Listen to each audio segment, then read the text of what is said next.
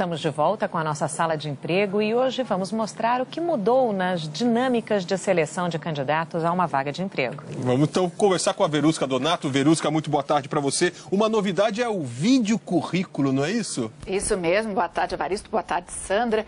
Olha, o vídeo currículo é uma das novidades, ou a vídeo entrevista. As empresas também estão adotando a entrevista online. E as dinâmicas presenciais, aquelas dinâmicas comportamentais, estão cada vez mais criativas.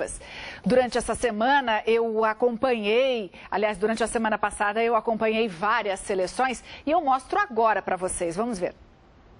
A gravação é dentro de uma sala. O candidato fica de frente para uma microcâmera acoplada a um computador. Tá tranquila? Tranquilíssima. Lorena está desempregada e procura vaga na área de comunicação. Qual a sua idade de formação?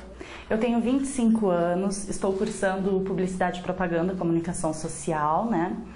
E já fiz alguns cursos também na área. A videoentrevista dura até 5 minutos e depois de pronta é enviada à empresa junto com o currículo do candidato. O que ela faz é eliminar em 60% o processo de recrutamento e seleção, porque ela agiliza, ou seja, vai para a entrevista final realmente aquele candidato que gerou empatia e que tenha as competências necessárias para a vaga.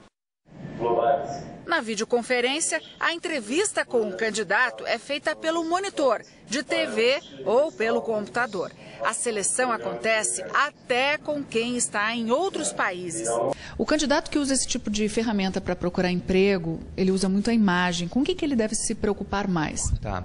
Além das preocupações já naturais da própria entrevista, como tom de voz e postura, ele deve se preocupar em controlar o ambiente. Então, evitar que crianças passem atrás dele ou animais de estimação. Quando você está na videoconferência, você tem que colocar o tórax para cima. Muitas vezes o telefone pode tocar ou a TV pode estar ligada, a rádio. Isso tudo pode perturbar a entrevista. Então, acho que são os principais erros. Nessa outra agência, o candidato a uma vaga é submetido ao paredão. É assim que o pessoal chama a entrevista de emprego.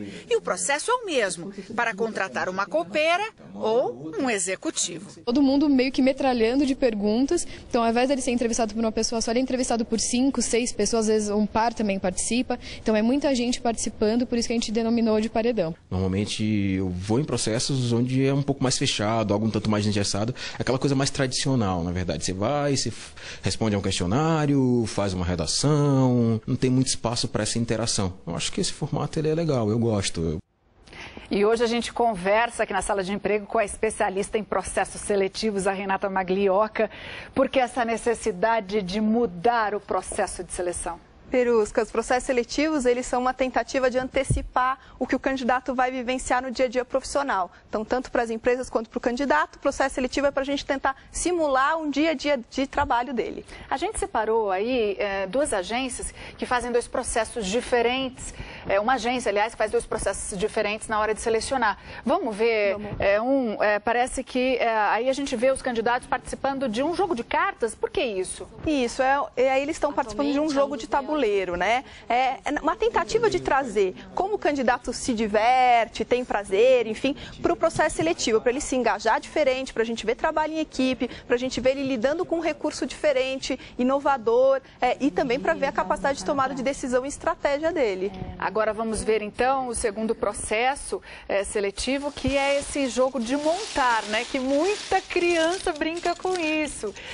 O que a empresa quer? O que o processo seletivo quer coisa com um candidato? Pois é, um dia a dia profissional, ele inclui alguns cenários não tão ideais, né, no nosso dia a dia. Recursos escassos, ter que lidar com coisas que a gente não queria. Então, quando a gente traz esse jogo de montar, é para ele tentar lidar com o que está ali, né? Ver o candidato na prática fazendo, e não na teoria, no que ele aprendeu a responder que é certo. É para ele entregando. A gente viu ali o rapaz ali de joelhos, né? Quer dizer, tentando ser criativo.